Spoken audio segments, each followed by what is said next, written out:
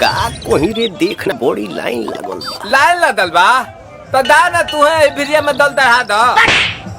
उजा जल चढ़ता कि भांग चढ़ता? आथा बुझ गई नी यही थे थावन में बाबा बाबुलाई लहलन। अरे तो एकर कोनो उपाय बा? बानू इनता ते दो थल दली पियावे ते परी का रे? अब थू ना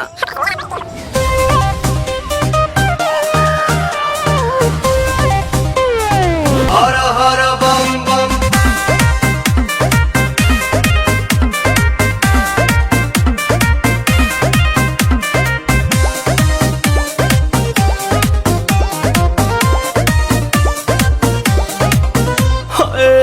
टेंशन में रहतानी काहे भोले दानी, अभांगा जा छोड़ दी साफा लइकन के कहल मानी।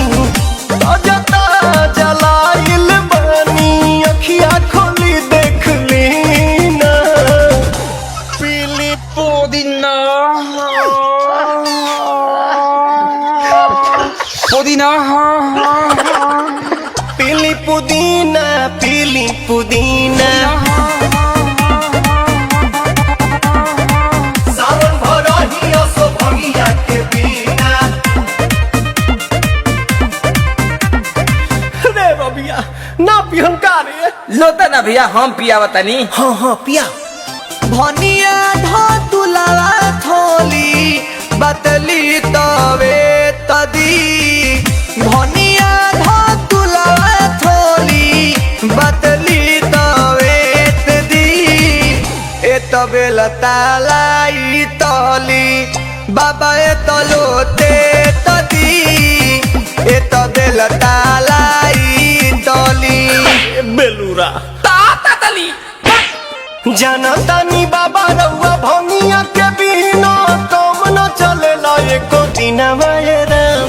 तनी का ख्याल करी सेवा के अपना हो चढ़ल बाटे सावन के महीना राम। रुको भौजी ये लोग के समझावतनी।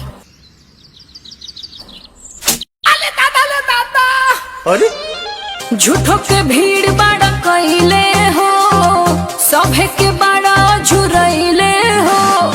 झूठो के भीड़ बड़ा कइले हो, सभे के बड़ा झुरइले हो। तोहर बिगड़ल काम बन जाई छन भर में। बाबा के शहर में जादेव घर में, बाबा के शहर में जादेव घर में, बाबा के शहर में। ये बतिया ढंग से ना बोल तू। जाना जल्दी। पुदीना